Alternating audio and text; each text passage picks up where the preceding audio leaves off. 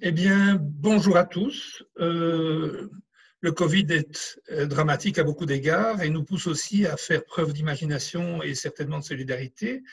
Et c'est pour cela que nous avons aujourd'hui mis en place cette formule un peu parallèle, je dirais, aux assemblées générales pour répondre à vos questions, évoquer avec vous tout ce qui s'est passé au cours de l'exercice 2009 et évoquer ici brièvement l'effet du Covid sur l'activité en 2020.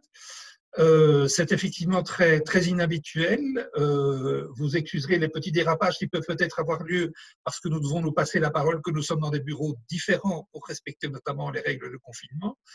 Et voilà, nous allons donc démarrer ce webinaire. Je voudrais vous expliquer très brièvement pourquoi il nous a semblé impossible de tenir une assemblée générale normale en présence de nos coopérateurs, bien que nous y attachons, vous le savez, énormément d'importance. Nous avons à peu près 200 à 300 personnes qui assistent à nos assemblées générales. Si nous devons respecter les règles de confinement, j'ai calculé qu'il faudrait un hall d'environ 1800 ou 2000 mètres carrés, ce qui n'est pas facile et ce qui est très compliqué à organiser. Par ailleurs, nous avions la possibilité d'organiser une assemblée totalement par électronique, avec des votes par électronique, mais ça suppose des moyens qui nous ont semblé démesurés. Donc, nous avons préféré recourir à cette assemblée à distance, en veillant néanmoins à assurer dans toute la mesure du possible le respect des règles démocratiques. C'est pour ça que ce webinaire a été organisé. C'est pour ça aussi que vous pouvez nous poser vos questions et que nous efforçons d'y répondre et de publier toutes les réponses qui seront apportées. Et enfin, vous le savez, nous avons souhaité que vous émettiez chacun individuellement votre vote, plutôt que de recourir au mécanisme des procurations, qui est peut-être moins transparent, puisque nous étions obligés dans ce cas-là de vous imposer un mandataire précis. C'est ce que l'arrêté royal du 9 avril oblige les sociétés à faire, et il nous a semblé plus démocratique de vous permettre à chacun d'exprimer votre vote. Voilà très brièvement rappeler pourquoi nous sommes dans cette configuration très inhabituelle, et je propose maintenant d'entamer peut-être la première partie de nos questions. Alors, je passe peut-être la parole à Julie. Le PV de l'Assemblée générale du 15 juin 2019. Est-ce qu'il y a des questions sur cette thématique? Non, il n'y a pas de questions spécifiques. Pas de questions spécifiques. Par contre, sur le PV, il y a une question. Est-ce Oui. que vous pourriez désormais communiquer le projet de PV de l'AG dans les semaines qui suivent la tenue de l'AG et pas un an après? Ok. Isabelle, je crois que tu as une réponse à cet égard. Oui, oui, tout à fait. Alors, oui, donc c'est une demande légitime qui avait déjà d'ailleurs été formulée l'année dernière. Et donc, c'est vrai que c'était quelque chose qu'on n'avait pas encore pu mettre en œuvre précédemment, parce que ça requiert une certaine organisation pratique d'envoyer le PV à tous nos coopérateurs. Et donc, cette année-ci, avec le passage au digital et cette assemblée générale, nous avait vraiment fait faire un bond en avant. Et donc, cette fois-ci, on va donc publier dès demain l'ensemble des questions-réponses du webinaire. Donc, finalement, en fait, toutes les questions-réponses qui auraient pu être posées en assemblée générale seront mises à disposition en ligne même avant le vote, donc de manière totalement transparente. Et puis alors du côté de l'Assemblée générale qui va se tenir à huis clos, donc comme Frédéric l'expliquait, le PV complet après l'approbation par les personnes qui sont présentes et qui sont donc pour rappel des membres du conseil d'administration, de la direction et de l'équipe, sera envoyé pour information à l'ensemble de nos coopérateurs courant juin. Donc cette fois-ci, on va anticiper et on va en tout cas faire plus vite pour vous envoyer le PV de l'Assemblée générale qui, évidemment, dans cette formule particulière, en fait, sera plus un PV formel qui reprend les votes point par point et le nombre de votes pour, abstention et contre les différents points qui vous seront présentés.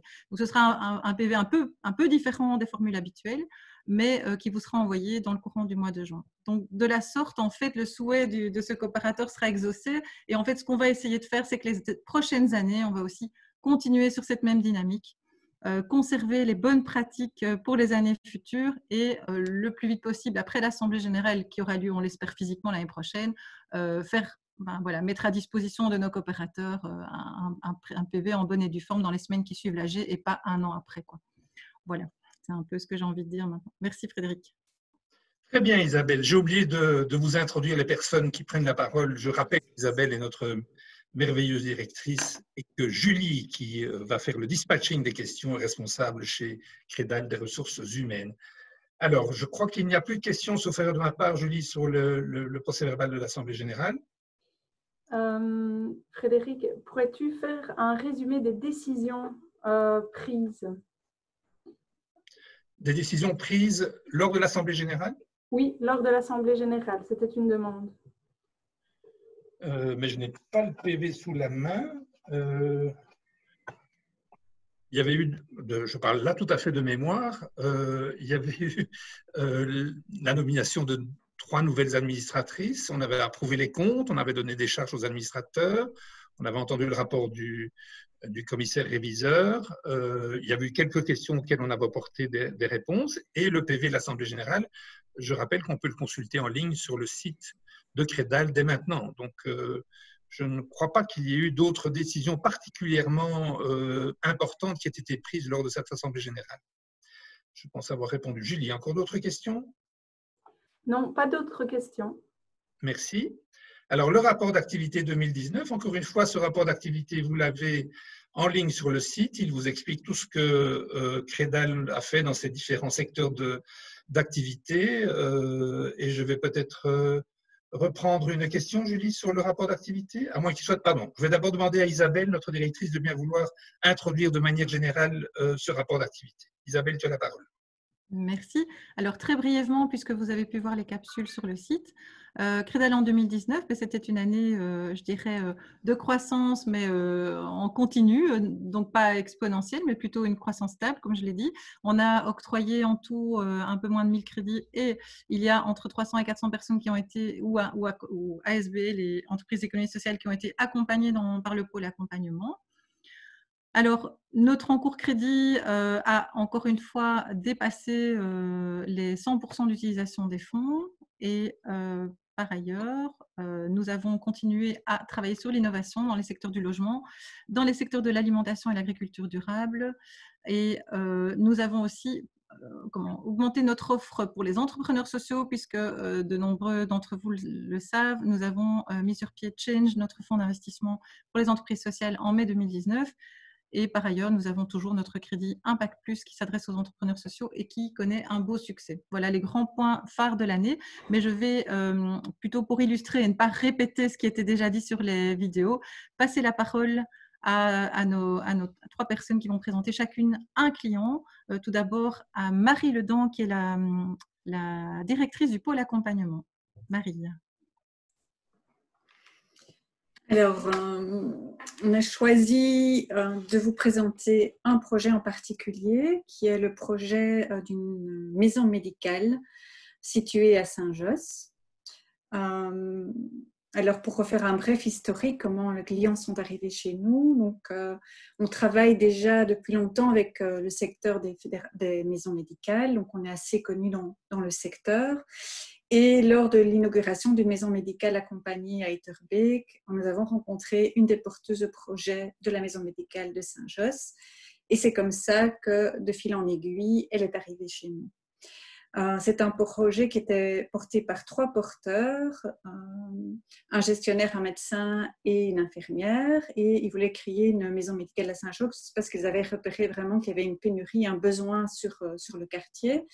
Et ils voulaient aussi acheter un bâtiment pour loger la maison médicale. C'était des porteurs qui avaient une forte motivation, aussi bien dans l'appropriation du projet que dans la montée en compétences et qui ont fait preuve aussi d'un réel engagement dans tout ce qui est lutte sociale en lien avec la santé.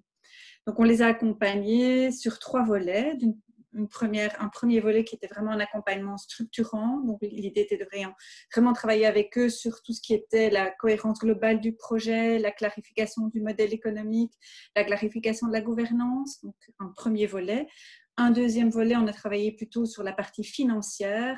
Donc, on leur a donné des outils de base pour bien s'approprier les éléments clés d'un plan financier, travailler avec eux sur la validation de la faisabilité du projet, réaliser le plan financier et rechercher des sources de financement. Et puis finalement, le 3e volet de l'accompagnement, c'est un suivi post-création. Donc, une fois que la maison médicale a été créée, c'est de les accompagner dans la maîtrise de l'outil financier, répondre à leurs diverses questions, mettre à jour les plans de trésorerie avec les nouveaux éléments, etc. C'était une consultance de 25 heures, plus ou moins. Et les résultats, donc ça aboutit voilà, à la création de la maison médicale, à l'achat du bâtiment avec un crédit qui a été octroyé par Crédal, des porteurs de projets très, très satisfaits de l'accompagnement. Et ça a aussi abouti à un partenariat avec la Fédération des maisons médicales qui nous ont en fait ressollicité après pour construire un outil de gestion financière à proposer à toutes les maisons médicales et pour former celles-ci, pour s'approprier l'outil de gestion financière. Donc, c'est un très chouette projet et je trouve bien emblématique du travail que l'on fait à l'accompagnement. Merci. Merci Marie. Je vais passer la parole à Nathalie Denis, qui est la directrice du pôle crédit. Oui, bonjour à tous. Alors, c'est toujours difficile de choisir un client. Il y en a énormément dans notre portefeuille et on les aime pour leurs impacts sociaux ou sociétaux, ou pour les personnalités qu'on a rencontrées et pour leurs projets professionnels. Et après réflexion, j'ai choisi de vous parler d'un client qui est un coup de cœur 2019 d'une de nos conseillères crédit. Et ce client, c'est Convivial. Convivial, en fait, est un groupe de plusieurs ASBL et ces ASBL ont comme mission de favoriser l'insertion des réfugiés et des demandeurs d'asile en Belgique. Convivial aide ces personnes à s'installer, à trouver un logement, du mobilier, à se nourrir et à se vêtir. Et Convivial les accompagne également les réfugiés dans leurs démarches administratives indispensables à leur vie en Belgique. Et outre ces activités de soutien direct aux réfugiés, Convivial sensibilise aussi la population belge à la question des réfugiés à travers différentes actions telles que par exemple les voisins solidaires qui mettent en relation des réfugiés avec leurs voisins afin de tisser des liens sociaux de proximité. Convivial n'est pas un nouveau client de Crédal et le premier crédit leur a été accordé en 2009. Ils sont revenus en 2019 parce qu'ils ont décroché un nouvel agrément de la Commission communautaire française en tant que BAPA, c'est-à-dire Bureau d'accueil des primo-arrivants. Le BAPA de Convivial sera le 3e à Bruxelles et avec cet agrément, ils vont pouvoir accueillir, accompagner et orienter plus de 1000 primo-arrivants par an. L'objectif, c'est également de permettre à ces personnes d'acquérir des connaissances de base sur le fonctionnement de la société belge et aussi la connaissance de la langue française. Alors, pour pouvoir accueillir ces 1000 personnes dans le cadre du BAPA, Convivial a dû réaliser des travaux dans le bâtiment qu'ils occupent. Une partie des travaux a pu être financée en fonds propres et l'autre partie a fait l'objet d'une demande de crédit de 550 000 € chez Crédal. Le comité de crédit a, sur base du dossier, accepté l'octroi du crédit, mais a vivement conseillé à Convivial de négocier avec le propriétaire du bâtiment, de pouvoir se faire rembourser les frais des travaux non amortis en cas de résolution du bail. Et donc, Convivial a suivi ce conseil et, suite aux négociations, a pu effectivement obtenir un avenant à son bail, reprenant cette clause qui protège l'association. Alors, ce dossier, c'est une illustration de notre philosophie de travail chez Crédal. Et cette collaboration donne un exemple de comment Crédal peut, outre l'apport strictement financier ou la souplesse dans la formulation du crédit et de ses garanties, comment Crédal peut conseiller, accompagner ses clients dans leur mission sociale ou dans d'autres cas dans leurs projets professionnels. Et c'est justement pour nous la mission sociale de Crédal et c'est ce qui nous motive au quotidien. Voilà, c'est ce que je voulais partager avec vous aujourd'hui. Merci. Merci Nathalie. Et la troisième présentation, c'est Geneviève Allais, qui est la coordinatrice du microcrédit personnel. Vas-y, Geneviève. Bonjour à tous. En fait, moi, je voulais vous présenter la situation d'une dame qui est une cliente régulière du microcrédit personnel. En fait, c'est Sophie. Elle est d'aide familiale. Elle travaille en titre service à mi-temps et ça depuis 2011. Et depuis 2012, en fait, elle revient régulièrement chez nous et encore en 2019, on lui a accordé un nouveau crédit. Pourquoi? Tout simplement parce qu'avec ce qu'elle gagne, avec son mi-temps titre service et un petit complément chômage, elle a à peine plus que l'équivalent du revenu d'intégration, c'est-à-dire à peu près 1 290 € par mois. Et les allocations familiales, tout ça pour élever seule ses 2 enfants. Et donc, heureusement, elle a l'accompagnement du CPS dans une gestion budgétaire parce que c'est vraiment très difficile pour elle d'équilibrer son budget. Et voilà, quand elle a besoin d'une voiture, elle s'adresse à nous. Pourquoi? Parce que vu son budget, elle ne peut malheureusement acheter que des petites voitures d'occasion. En général, c'est 2 000 à 2 500 €, pas plus. 2 500, c'est vraiment le maximum qu'elle peut se permettre. Et donc, malheureusement, les voitures ne tiennent pas le coup plus que le temps de remboursement du crédit. Et donc, elle est devenue une habituée de Crédal. Mais voilà, elle jongle vraiment comme elle peut. Ça montre vraiment toute la pertinence du crédit social qui permet à cette dame et à beaucoup d'autres de garder leur emploi. Mais en même temps, ça pose vraiment la question des bas revenus, des personnes qui travaillent, mais vraiment pour des barèmes au rabais, avec parfois très peu de frais de déplacement et qui, par conséquent, sont vraiment dans un engrenage dont elles ont difficile à sortir malgré qu'elles travaillent. Voilà, je voulais vous partager cette expérience. Merci Geneviève. Mais voilà, on avait envie de vous donner 3 illustrations. Bien sûr, on espère surtout l'année prochaine pouvoir reprendre notre traditionnelle présentation de clients avec le client qui serait présent à l'Assemblée générale. Mais comme ça, vous avez un aperçu. Frédéric, je te repasse la parole alors. Merci.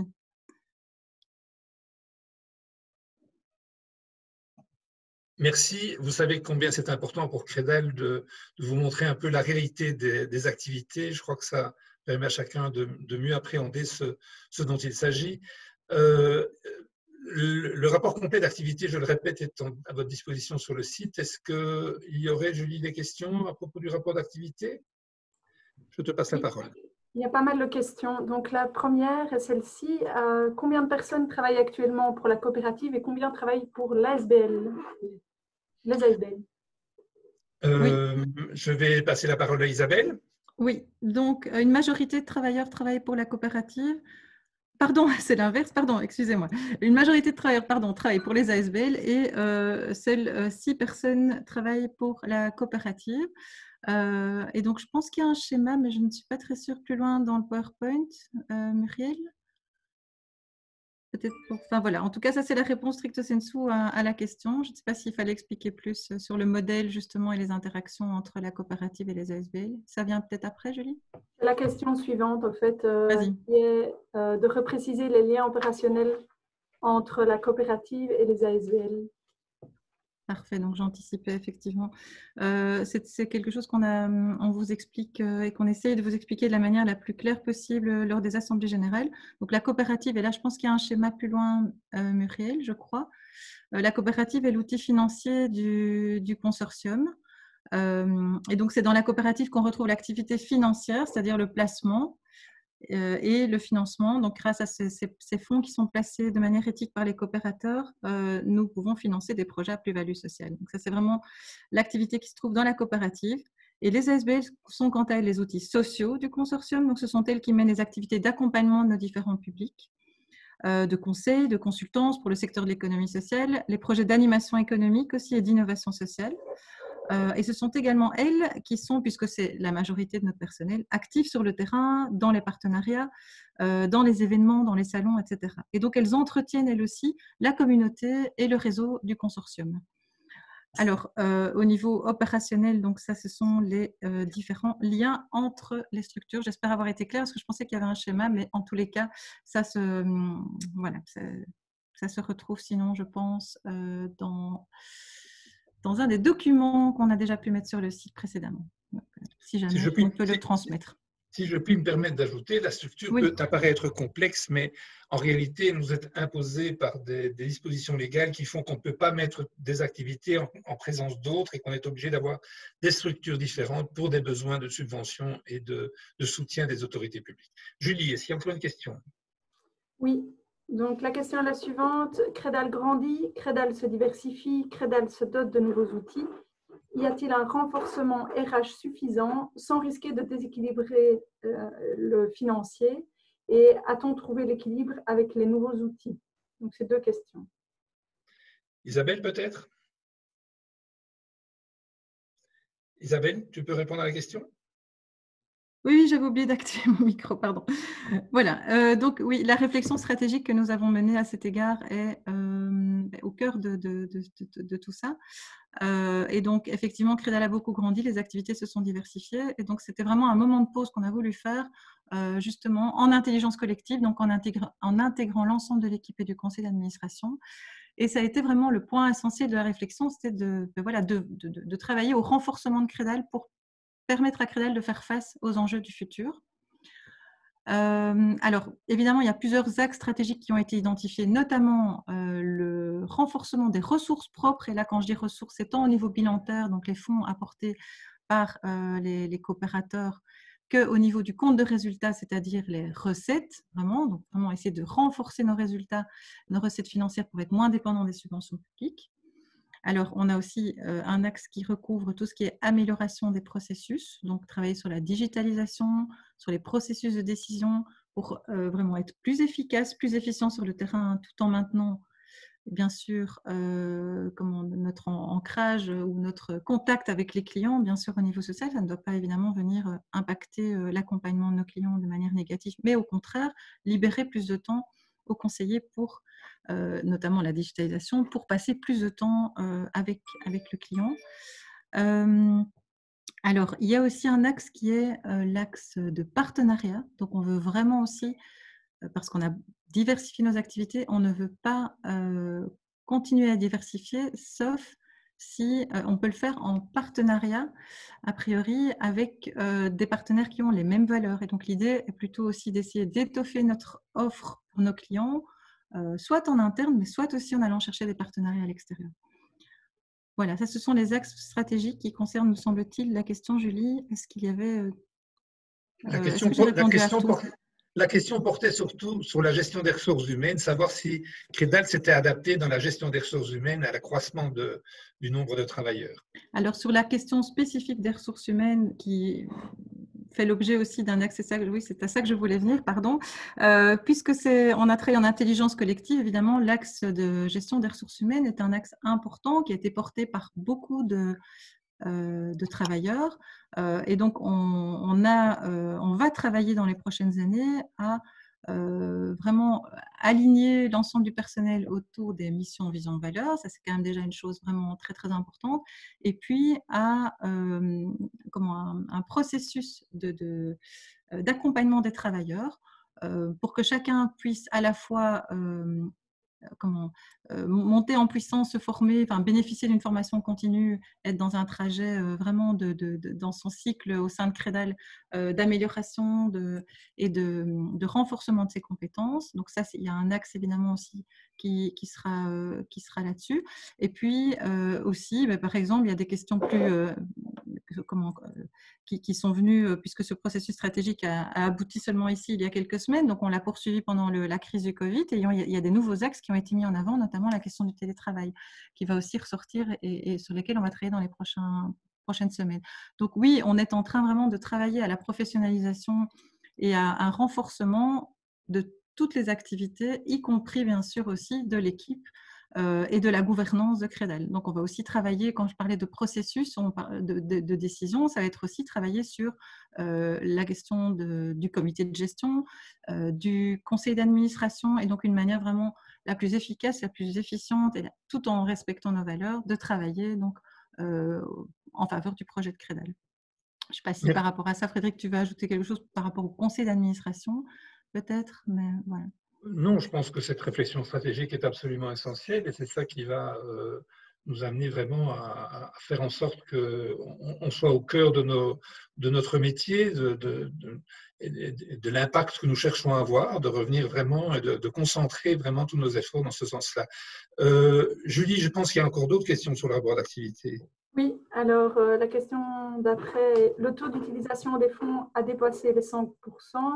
Pour l'impact social, c'est certainement une bonne chose, mais est-ce que cela ne pose pas de problème au niveau de l'équilibre financier? Effectivement, ça, je pense que c'est une question qui est revenue. Mathieu, tu peux peut-être répondre à la question? C'est effectivement une question. Alors, attends, si tu permets, j'ai oublié de te présenter. Mathieu est notre directeur financier et c'est lui qui gère tout et surveille tout ce qui concerne nos comptes. Donc voilà, tu as la parole. Merci. C'est une question qui est assez complexe parce qu'elle touche à notre modèle économique. Alors effectivement, comme le soulignait la personne, le fait que l'utilisation des fonds mis à disposition des coopérateurs soit utilisée à 100%, ben c'est positif parce que ça veut dire que du coup, il y a une réelle plus-value à l'argent qui est mis à disposition. Il ne dort pas sur des comptes épargne. Par contre, au niveau de l'équilibre financier, ça veut dire qu'à côté de ces ressources mises à disposition des coopérateurs, nous avons effectivement dû faire appel à des emprunts court terme auprès de 2 partenaires financiers. Donc, ça peut avoir un effet sur notre solvabilité, notamment, ce qui touche du coup à la solidité financière. Il y a peut-être il y a 2 éléments que j'aimerais bien distinguer. C'est effectivement, dans notre modèle économique qui touche à la nécessité d'augmenter notre encours crédit.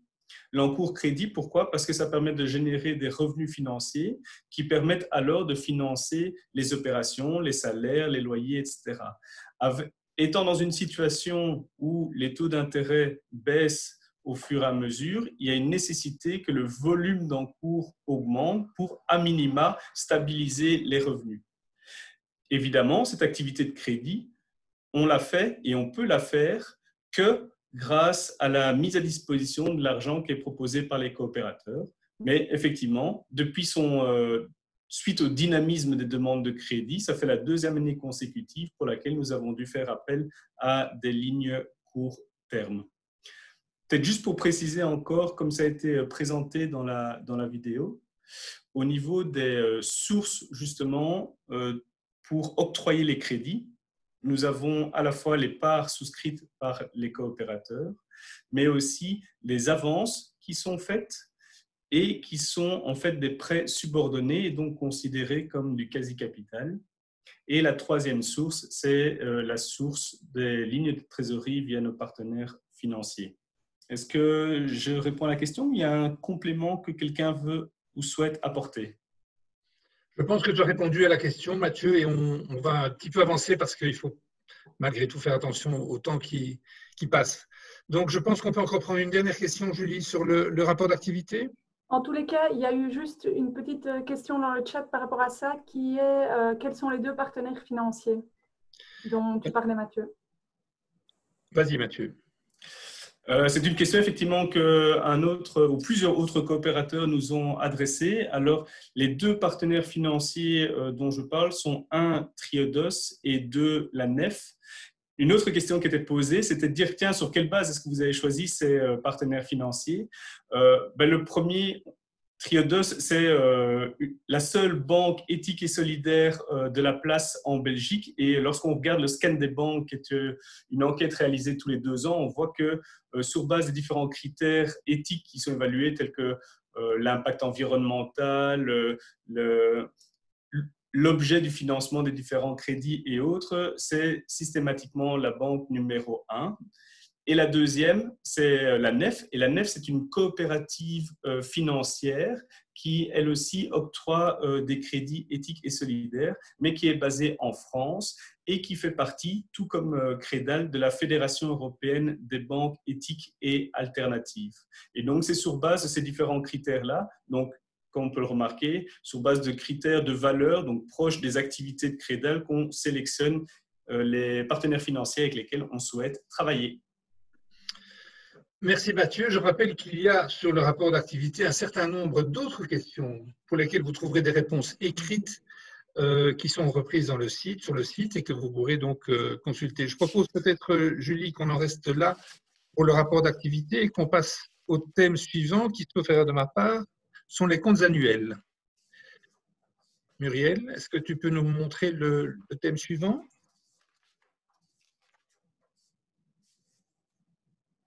Voilà les comptes annuels. Et donc là aussi, nous avons, je pense, une série de questions. Peut-être qu'on va d'abord assister à une petite présentation. Mathieu, tu peux peut-être nous résumer parce que tu as fait un excellent commentaire en vidéo sur le site. Encore une fois, vous pouvez le consulter de manière exhaustive. Il est très clair et très précis. Mais tu pourrais peut-être nous résumer ce qui s'est passé du point de vue financier ou quels sont les résultats de l'exercice passé. Tu as la parole. Sans effectivement refaire toute la présentation dans la vidéo, je voulais juste revenir sur les chiffres clés de Credal SC dans un premier temps, mais comme vous le savez, on présente toujours les comptes combinés. Donc, au 31/12/2019, comme vous pouvez le voir sur la présentation, le total bilan de Credal SC s'élève à 48 500 000 et le résultat de Credal SC est de 80 000 € avant affectation du résultat qui vous sera proposé. Dans l'encadré à côté, c'est pour rappel et pour information les résultats des 3 autres ASBL, donc nos outils financiers qu'on peut observer. Donc, Credal ASBL en perte de 90 000 €, Credal Plus juste à l'équilibre et Credal Entreprendre à l'équilibre, mais en positif suite à un élément exceptionnel. Et donc, à la fois, tous ces résultats, les résultats des 3 ASBL et de Credal SC, ont été audités par le cabinet Christophe Raymond et pour chacun et chacune des comptes annuels, on a donc eu une opinion sans réserve, ce qui signifie que les comptes annuels, selon cet avis indépendant, reflètent et donnent une image fidèle du patrimoine et de la situation financière de la société au 31/12/2019.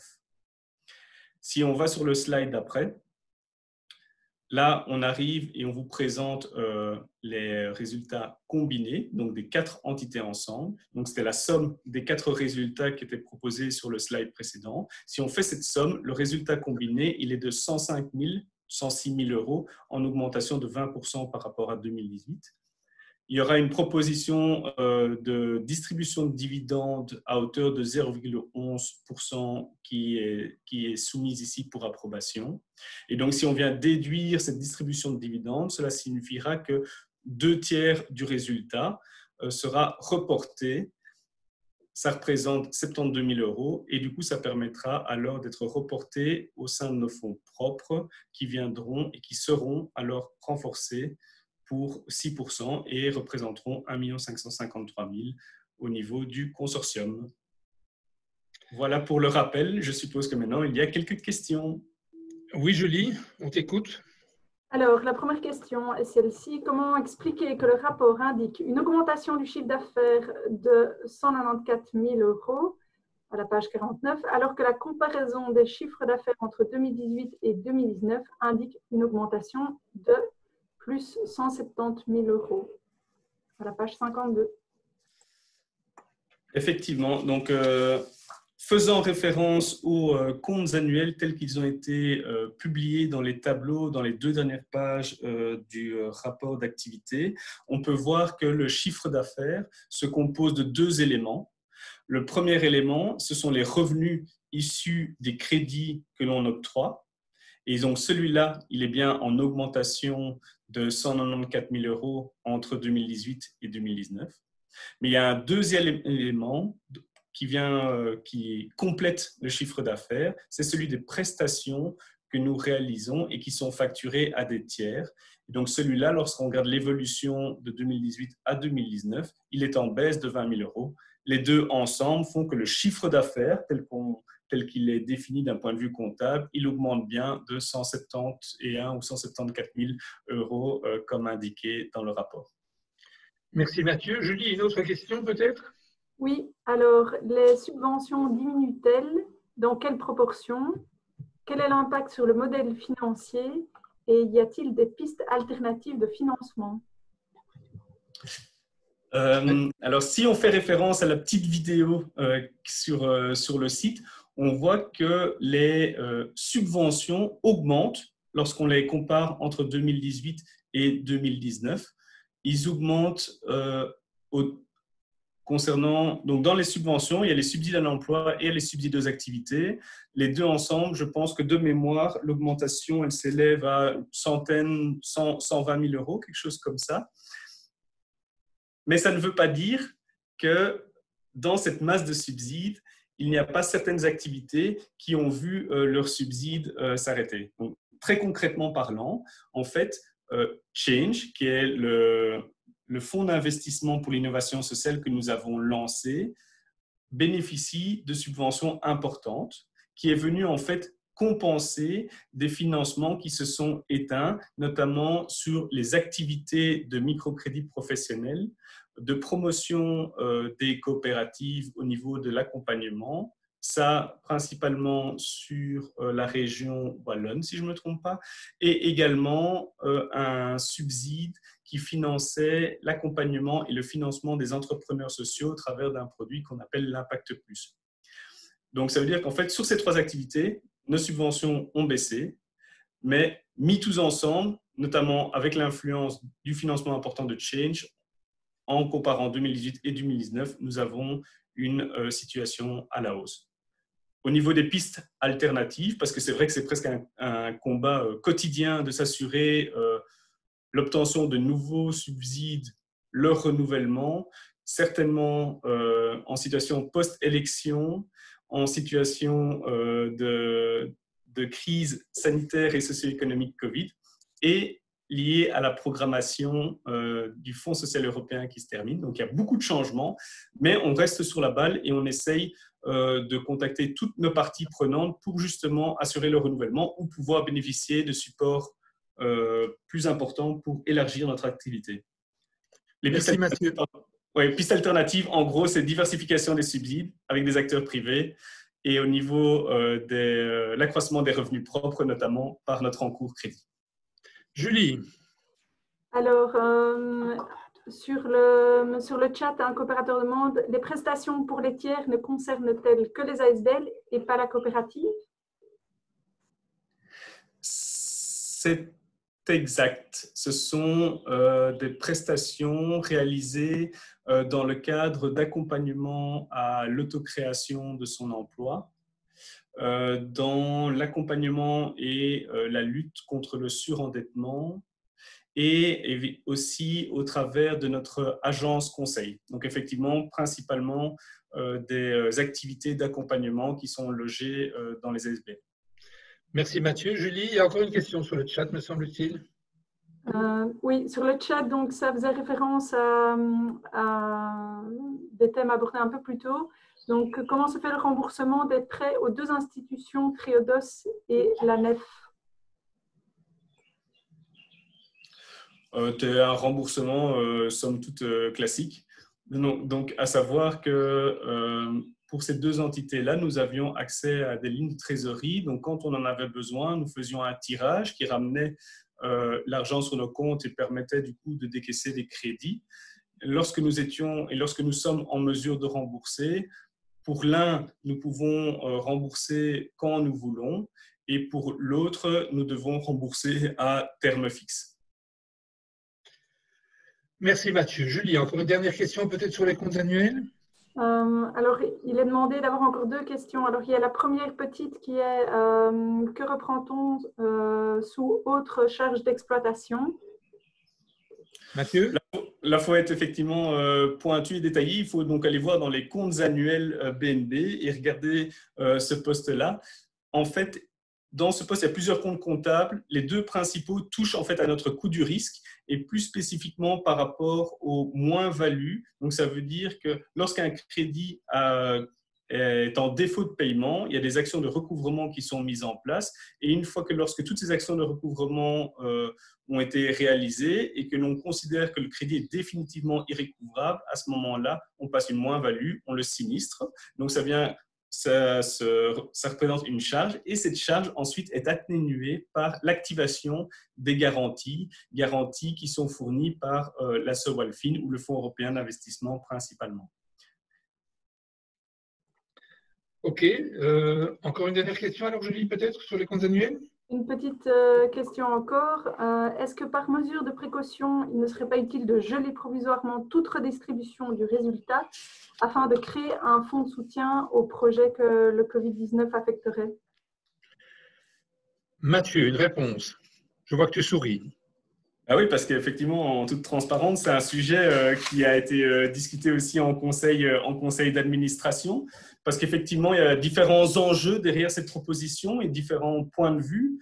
La volonté finalement de proposer ce taux symbolique de 0,11, ça revêt plusieurs caractéristiques. Tout d'abord, c'est une volonté de vouloir remercier les coopérateurs qui nous mettent à disposition, et donc c'est les remercier pour leur confiance. Ensuite, c'est pour proposer et pour montrer que Crédal est une alternative par rapport aux comptes épargne des banques classiques. Donc, ça veut dire qu'effectivement, pour rappel, compte épargne réglementé bénéficie d'un taux de 0,11%, y inclut prime de fidélité. Et donc, le fait que Crédal puisse proposer la même chose, ça veut dire qu'au moins, on se présente comme une alternative, étant dans un contexte aussi où on va partir à la conquête de nouveaux coopérateurs, tout en choyant nos coopérateurs existants. Le troisième élément, c'était quand on regarde le résultat combiné, on voit qu'il s'élève à 106 000 € avant affectation. Il y avait une volonté de bonne gestion avec une affectation pour une distribution de dividendes à hauteur d'1 tiers et de 2 tiers pour renforcer nos fonds propres. Et surtout, quatrième élément, c'était de dire, en fait, laissons le choix aux coopérateurs qui bénéficient d'un dividende d'éventuellement faire don de celui-ci. Et alors, si on fait don, si les coopérateurs-coopératives font don de ces dividendes, alors on s'occupera de pouvoir constituer un fonds de soutien à la microfinance et à l'entrepreneuriat inclusif pour pouvoir accompagner plus finement, de façon plus active, les clients les plus touchés. Donc, ce sont ces en résumé, ce sont ces 4 éléments qui nous ont guidés à vouloir proposer en Assemblée générale ce taux de 0,11%. Merci Mathieu. On peut peut-être passer au point suivant alors, à la thématique suivante, la décharge aux administrateurs et aux commissaires. Julie, je ne sais pas s'il y a des questions que tu souhaitais évoquer à ce sujet-là ou qui ont été évoquées par les coopérateurs. Julie? Les questions ont déjà été répondues sur le site, mais il y a une petite question. Dans la liste des approbations, je ne vois pas ce que recouvre comme réalité les mentions des charges aux administrateurs et des charges aux commissaires aux comptes. Nous est-il simplement demandé de faire confiance à ces personnes ou s'agit-il de toute autre chose? Je vais peut-être répondre à cette question. En fait, c'est un point qui est prévu dans le Code des sociétés, c'est que chaque année, sur base des comptes annuels qui sont présentés et des rapports d'activité, les coopérateurs et d'ailleurs les actionnaires de toute société doivent se prononcer sur le fait de savoir si les administrateurs et le commissaire ont bien fait leur travail.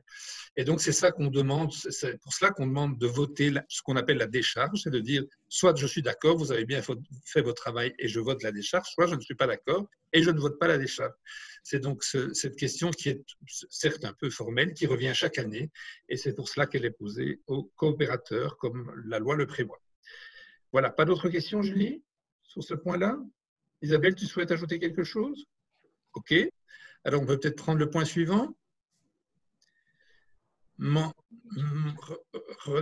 C'était… Voilà. Mandat du réviseur. Oui, alors là, nous avons effectivement le mandat de notre réviseur, le cabinet Raymond, qui nous accompagne depuis un certain nombre d'années, qui venait à échéance et pour procéder au renouvellement, nous avons fait un appel d'offres et je crois que Mathieu va pouvoir nous expliquer comment tout cela s'est passé et l'offre qui a été retenue. Mathieu, tu as la parole. Donc, effectivement, le cabinet Raymond nous accompagne depuis 12 ans. Et donc, à l'issue de ce dernier mandat de 3 ans, il a été décidé de publier un marché public adressé à une dizaine de cabinets. Ont répondu 3 cabinets, dont le cabinet Raymond d'ailleurs, et Mazars qui est présenté ici.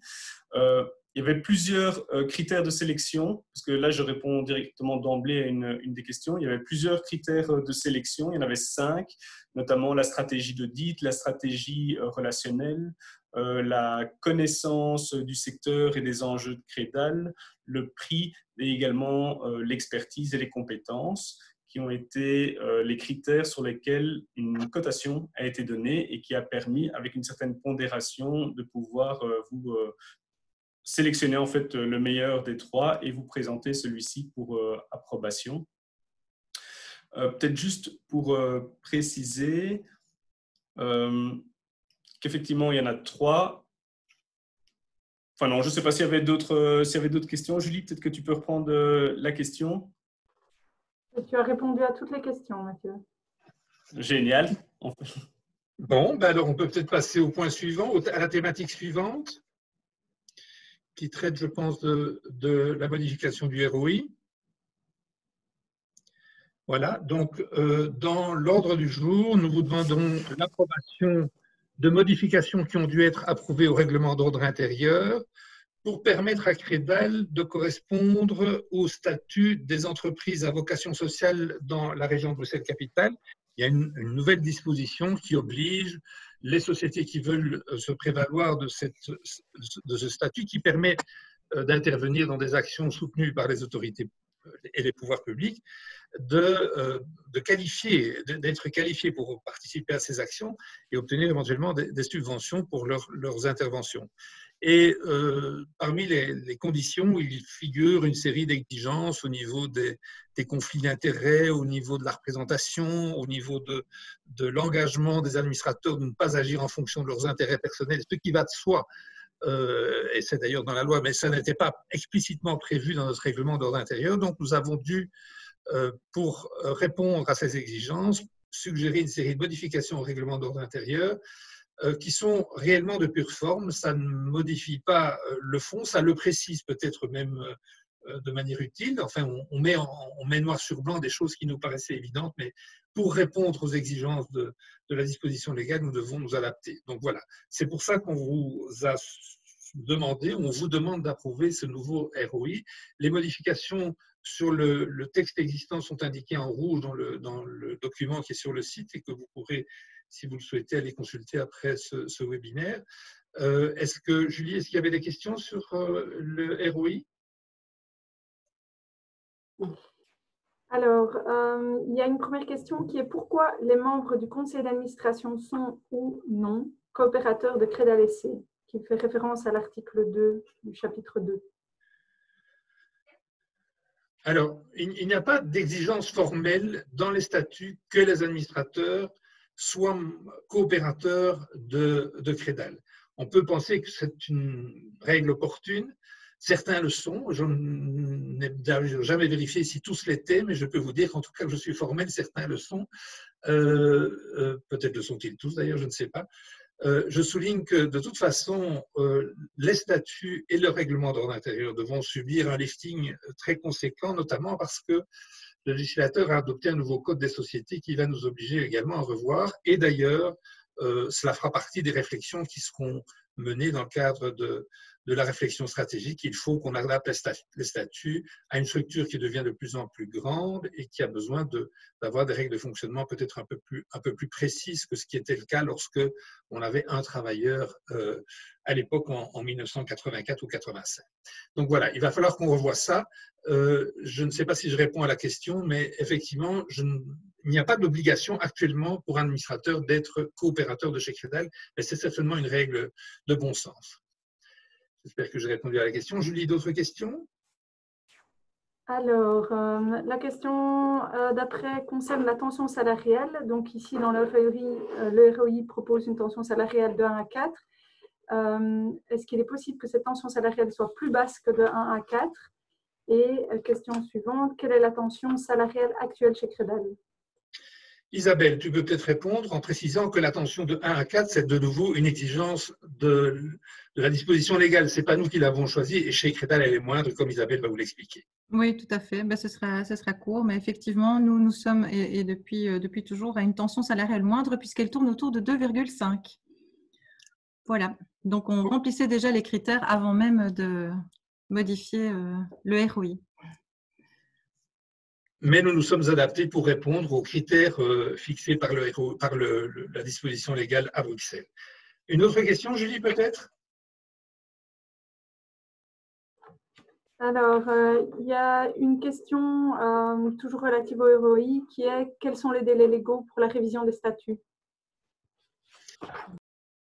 Les délais, alors je n'ai plus tout à fait le délai légal en tête, je crois que nous devons nous adapter pour 2023, donc on a encore un peu de temps devant nous, mais je ne pense pas que nous attendrons, enfin mon conseil en tout cas ne serait pas d'attendre la dernière limite pour faire la révision des statuts, mais comme vous le savez, il y a beaucoup de choses à faire en même temps chez Credal et il faut un peu fixer des priorités.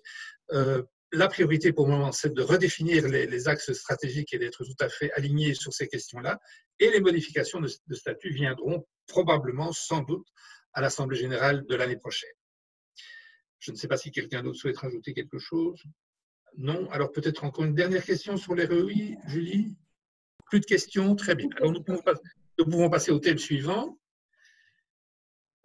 Après la modification du ROI, je pense que c'est le renouvellement du mandat d'administrateur. Là, nous avons effectivement le mandat de Dominique Vercos qui vient à échéance. Dominique nous fait le plaisir de se représenter. Vous avez sous les yeux son curriculum vitae. Il a un apport tout à fait efficace lors de notre CA. Et voilà, nous vous proposons de réélire Dominique, qui a, je crois, depuis déjà plus de 6 ou 8 ans, contribué à travailler au CA et à apporter ses connaissances et son savoir dans la gestion, dans l'organisation du conseil d'administration. Je ne sais pas, Julie, est-ce qu'il y a des questions à cet égard? Oui, donc il y a un coopérateur qui fait remarquer que les administrateurs sont principalement domiciliés à Bruxelles et dans le Brabant wallon. Donc, ce n'est pas très représentatif de l'ensemble des activités de Credal. Et est-ce que cela pose un problème? Je vais passer la parole à Isabelle, qui essaie de trouver des administrateurs et qui fait tout ce qu'elle peut pour en trouver dans tous les coins de Belgique, mais ce n'est pas si simple que ça. Isabelle. Voilà, mais il y a des considérations très pratiques parce que nos conseils d'administration ont lieu à Mont-Saint-Guibert, ici, donc dans les locaux juste à côté de Louvain-la-Neuve. Et donc, c'est vrai que c'est difficile de fidéliser ou même de convaincre déjà un administrateur ou une administratrice et puis de les fidéliser dans la durée parce qu'on a déjà eu des liégeois, par exemple. Et c'est vrai que dans la durée, c'est compliqué quand même. Ce sont des conseils d'administration qui ont lieu le soir. Et donc, voilà, c'est bénévole, hein, je rappelle aussi. Et donc, voilà, malgré tout, la distance, ou plutôt à l'inverse, la proximité est un élément qui peut jouer, évidemment. Alors, il y a aussi des administrateurs qui sont domiciliés à Bruxelles, mais qui travaillent à Charleroi. Donc, je peux citer Sophie Crappé, par exemple, qui est directrice de l'ASBL comme chez nous à Charleroi et qui pourtant habite Bruxelles. Mais donc, elle, typiquement, connaît très bien le réseau et le travail de terrain à Charleroi. Alors, il y a aussi une nécessité d'équilibrer le genre. Donc, l'année dernière, vous le savez, on a recruté 3 femmes. Au conseil d'administration. Donc, nous avons vraiment recherché à renforcer le pôle féminin du conseil d'administration. C'était important. Mais dès lors, voilà, si on rajoute une dimension, et alors on essaye aussi évidemment de diversifier les compétences juridiques, financières, sociales. Et donc, si on ajoute à cela un critère géographique, ça complexifie encore un petit peu la donne. Alors là, par contre, j'ai envie de souligner, c'est que du côté des comités de crédit, et ça c'est quand même le cœur, et du comité de validation pour le pôle accompagnement, ce sont quand même des instances qui sont le cœur de notre activité de terrain. Et là, on a un comité de crédit qui a lieu à Liège, justement pour cette décentralisation a été mise en place il y a maintenant, je dirais, 4 à 5 ans certainement. Et donc, c'était justement pour être au cœur de Liège avec des membres liégeois qui, dans la mesure du possible en tout cas, étudient les dossiers liégeois. Parfois, on en ajoute quelques autres parce que pour des questions de timing, mais la plupart du temps, ils se positionnent sur les dossiers liégeois et on se rend bien compte de la plus-value que ça représente d'avoir des personnes du CRU qui étudient les dossiers de crédit. C'est évident, quand on octroie un microcrédit à une personne qui va installer un commerce dans un quartier de Liège, l'expérience de terrain de nos membres liégeois, évidemment, est essentielle. À Bruxelles, même chose. Mais donc, on a finalement 3 lieux pour nos comités, Mont-Saint-Guibert, Liège et Bruxelles. Ça nous permet quand même de toucher une zone assez large et assez proche du terrain, en tout cas, tant que faire se peut. Voilà, ça compense peut-être du coup l'absence, disons, de diversité géographique au niveau du conseil d'administration. Merci Frédéric. Pas d'autres questions, Julie, sur... OK. Le conseil d'administration, très bien. Alors, on peut peut-être prendre le thème suivant. Je crois que ce sont les perspectives de 2020 et l'impact de la crise Covid. Peut-être, Isabelle, pourrais-tu introduire le rapport sur la crise Covid? Comme ça, on explique un peu ce que... Il y a un rapport spécial qui a été établi pour l'Assemblée générale sur les mesures qui ont été adoptées. Bien sûr, Credal n'a pas échappé à la règle, il a dû se confiner comme tout le monde et on a dû s'organiser et je pense que tout ça est expliqué dans le rapport spécial, mais peut-être pourrais-tu l'introduire, Isabelle? Oui, donc il y a eu un rapport spécial du conseil d'administration. Un conseil d'administration d'ailleurs a été organisé sur la thématique le 2 mai et puis il y a eu donc un rapport spécial du CA et puis par ailleurs vous avez vu la capsule que j'ai réalisée à ce sujet. Donc, je ne sais pas s'il faut vraiment aller plus en détail. Bon, ce qui est certain, c'est que, outre les aspects organisationnels pour l'équipe et une mise en télétravail de tout le monde pour garantir la sécurité sanitaire de l'équipe, eh bien, et c'est vrai qu'au premier plan, ce sont les clients qui ont fait l'objet de toute notre attention. Donc là, j'imagine qu'il peut y avoir des questions, donc peut-être que je vais les attendre. Et puis par ailleurs, l'autre point d'attention évidemment prépondérant, c'était de travailler sur la sécurisation des dépôts des coopérateurs et sur la trésorerie de la coopérative. Donc voilà, ça ce sont, je pense, tous des points qui ont été abordés lors du rapport du conseil d'administration. Je vais peut-être prendre plutôt les questions. Si jamais il n'y en avait pas, bon, je peux toujours expliciter plus en détail, mais je pense que c'est plus vivant d'attendre les questions. Merci. Julie? Alors, première question, y a-t-il un impact de la pandémie sur l'intervention des différents fonds de garantie? Isabelle? Oui. Alors, un impact sur les différents garanties. Donc, c'est-à-dire que dès les premiers jours de la crise, évidemment, notre réflexe a été de contacter nos fonds de garantie. Mathieu le disait tout à l'heure, c'est le Fonds européen d'investissement et la SOALFIN qui sont nos principaux fonds de garantie. Principalement d'ailleurs le Fonds européen d'investissement puisqu'il couvre notre portefeuille d'entrepreneurs sociaux et notre portefeuille de micro-entrepreneurs qui est évidemment ces deux portefeuilles, les portefeuilles les plus à risque dans cette crise. Et donc on les a contactés, le FEI et la SOALFIN, pour tenter d'améliorer les conditions de couverture liées à la crise évidemment.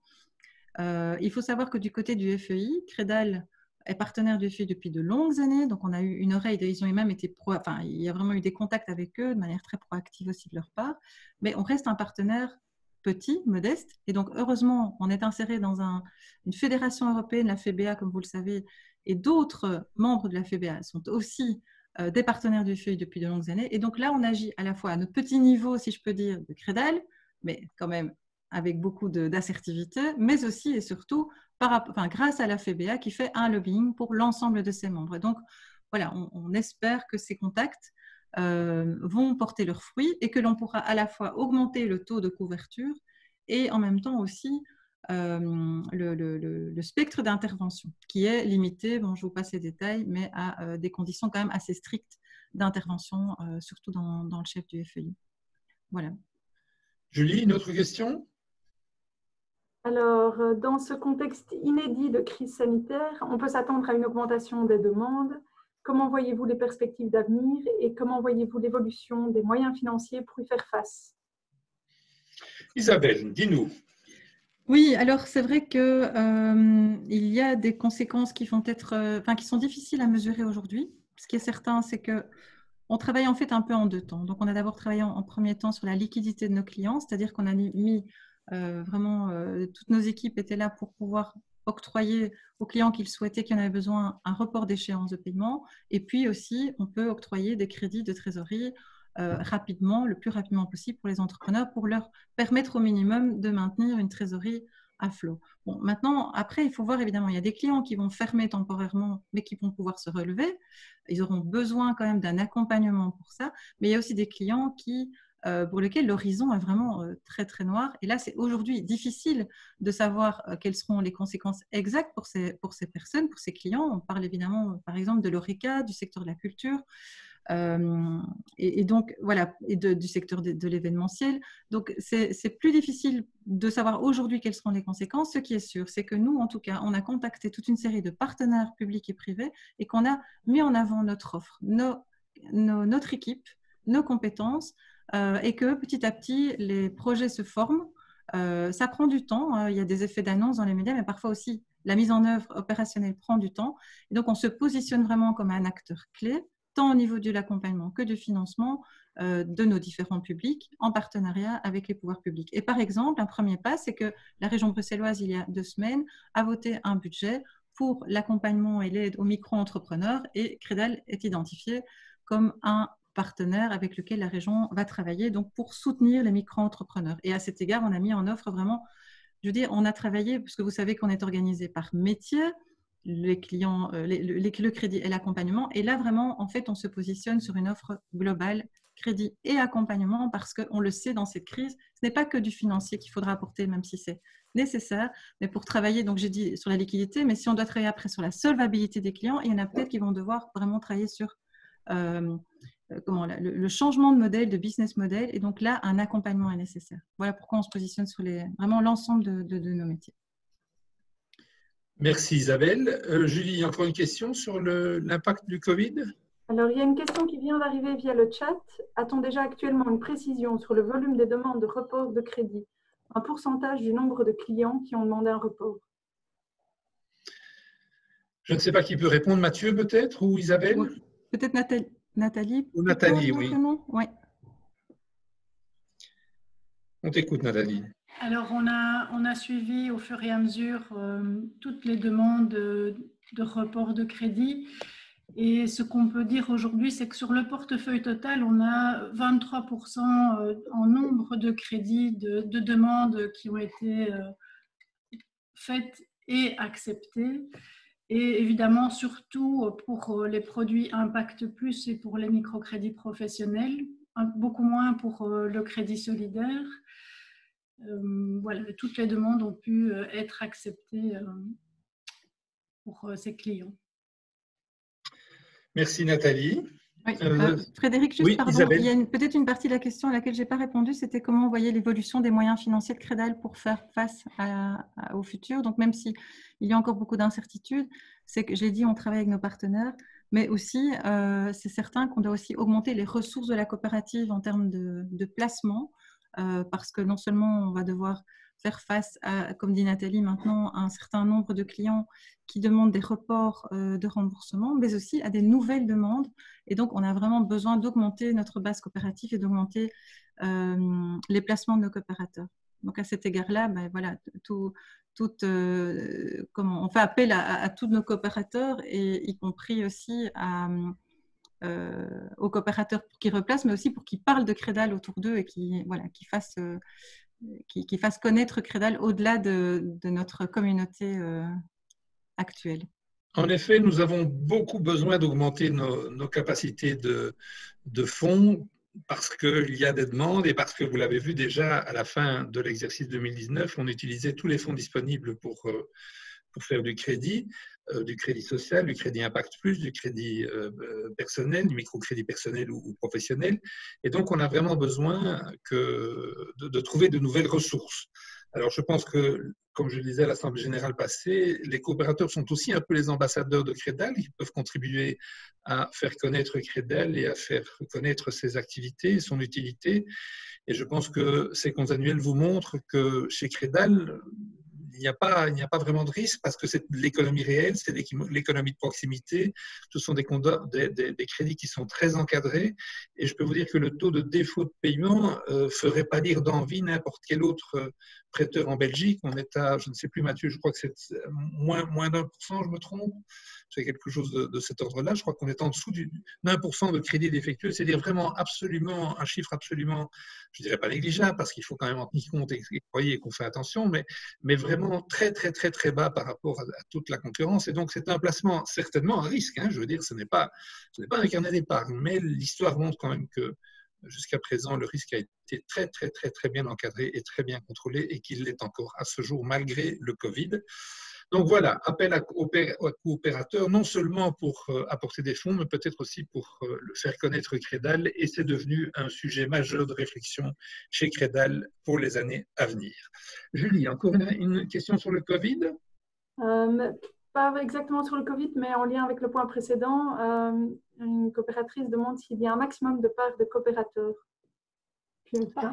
Un maximum de parts par coopérateur, excuse-moi. Non, non, on peut en prendre 200 millions, on n'y est pas opposé, c'est tout à fait permis. La seule chose, évidemment, c'est qu'étant une société à finalité sociale, le droit de vote va être limité à un vote, une personne. On peut être un très, très gros actionnaire, mais on sera un votant comme tous les autres, c'est-à-dire avec un seul droit de vote. Donc, le vote pour une action, si je puis dire, un droit de vote. One man, one vote. Donc, voilà. Mais il n'y a absolument pas de limite et nous vous encourageons à souscrire le plus grand nombre possible. Une autre question, Julie, ou bien nous avons terminé pour les perspectives, le Covid? La dernière question, donc, d'un coopérateur, comment chercher ou arriver à convaincre d'autres personnes qui ne sont pas a priori dans les sphères éthiques? Et d'ailleurs, donc un autre coopérateur demandait aussi, qui souhaitait convaincre de nouveaux coopérateurs, s'interroge sur les mesures de l'impact de Credal. Comment savoir que les activités de Credal remplissent bien la mission sociale? Ça, c'est une très bonne question qui n'est d'ailleurs pas propre à Credal, mais qui est propre à toutes les entreprises qui travaillent dans le secteur social. Et comment peut-on savoir si véritablement quel est l'impact qu'on a et si on l'utilise au maximum? Je ne sais pas qui peut répondre à cette question. Il y a une recherche qui a été en cours, ou qui est en cours, je crois. Isabelle, tu as quelque chose à dire à ce sujet? Oui, tout à fait. Donc, en fait, c'est vrai que nous avons une politique assez transparente puisqu'on publie la liste de nos clients tous les trimestres dans le Crédialogue. Il y a un rapport d'activité que vous connaissez également. Sur notre site, il y a également beaucoup d'informations. Mais c'est vrai que nous n'avons pas un rapport, une évaluation de notre impact comme on pourrait l'entendre. Donc, nous faisons toute une série de rapports qui restent, eux, privés puisqu'ils sont adressés à tous nos bailleurs de fonds, les pouvoirs publics, les différents pouvoirs publics et les bailleurs de fonds même privés qui nous financent veulent avoir de reporting et veulent pouvoir mesurer leur impact. Donc, on leur envoie toute une série d'informations, à la fois du reporting chiffré, je veux dire, mais aussi évidemment qualitatif, mais on le fait par activité. Et donc, aujourd'hui, l'enjeu pour nous, c'est de pouvoir faire une mesure, une évaluation de l'impact global de Credal pour qu'on puisse le communiquer à l'extérieur. Donc ça, c'est vraiment un enjeu important. Alors, dans le cadre de notre fonds d'investissement Change, c'est un travail qui va être réalisé, et tout d'abord pour Change, et ensuite, on voudrait en tout cas utiliser cette méthodologie pour l'appliquer à l'ensemble des activités. Mais c'est vraiment pas facile. On a déjà interrogé beaucoup de spécialistes sur la question. Il y a moyen de mettre en place des méthodes qui sont très lourdes, un peu des usines à gaz, et donc ça, on ne veut vraiment pas aller vers ça. On ne veut pas non plus aller vers un modèle trop simpliste, trop simplifié, sinon on perd le sens de la démarche. Donc, il faut trouver le juste équilibre entre les deux. Et voilà, c'est un travail sur lequel on a commencé à travailler, mais je pense qu'on n'aboutira pas cette année-ci en 2020, en tout cas. Et puis alors, il y avait la question qui était posée, justement, de pouvoir sortir du cercle des convaincus, si je puis dire, il me semble, dans ta première partie de question, Julie.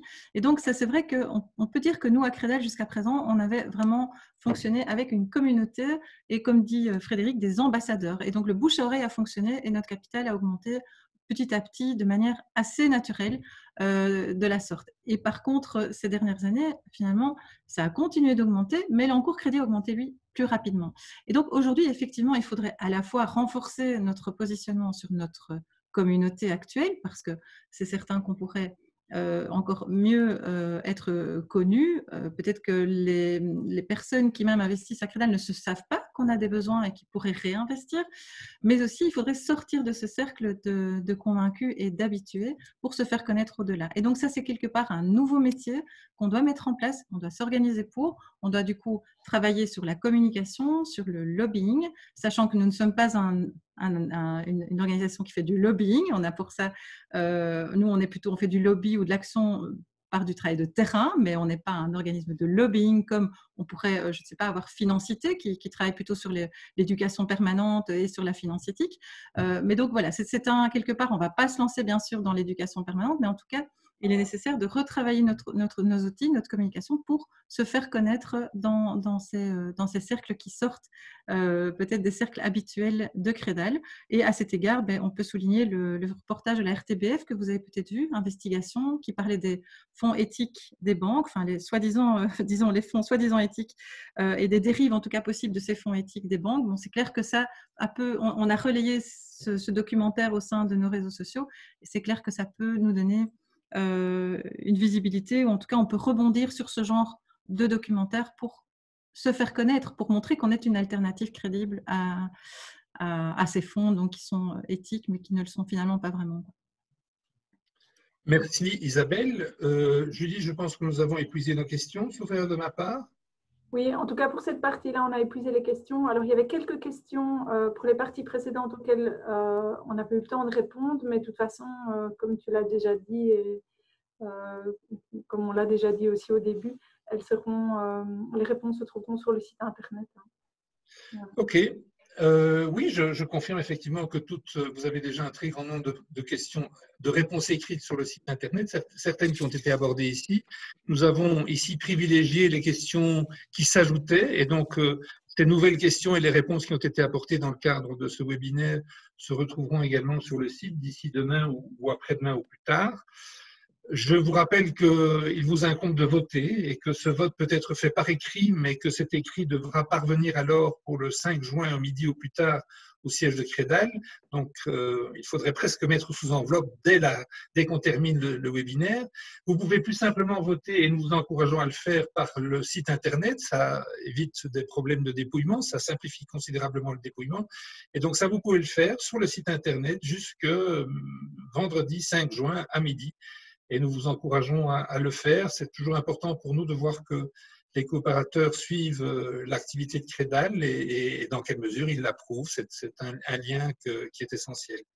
Alors, je voudrais vous remercier tous d'avoir assisté à ce webinaire. Je constate qu'il y a autant de présence au départ qu'à l'arrivée, c'est-à-dire que manifestement, nous n'avons pas été trop confus, trop ennuyeux et que vous avez trouvé ces explications sans doute intéressantes. Merci à vous. Je vous renvoie aussi au site. Encore une fois, il y a toutes sortes de documents que vous pourrez consulter qui compléteront votre information. Et je vous remercie une dernière fois de voter pour le 5 juin midi. Voilà, je crois que nous pouvons en terminer là. On vous remercie encore de votre présence, de votre assistance, de votre soutien. Et je vais demander maintenant à Muriel de bien vouloir clôturer cette session. Je vous dis qu'on essaiera de se retrouver dans toute la mesure du possible quand les mesures de confinement seront totalement levées pour une assemblée générale qui aura un caractère plus festif. Je ne dis pas qu'on n'essayera pas de reprendre un peu les informations qu'on vous a communiquées ici, mais ce rendez-vous est pour nous encore une fois très important. C'est important pour l'équipe. Et je trouve que voilà, on essaiera de trouver un moyen de se retrouver peut-être à l'automne et en tout cas certainement l'année prochaine, puisqu'on peut penser que d'ici là, on aura trouvé la solution à ce vicieux virus. Voilà, je vous souhaite une bonne soirée. Vous pouvez reprendre une activité normale. Merci d'être resté avec nous jusqu'ici. Merci à tous. Bonne soirée, merci.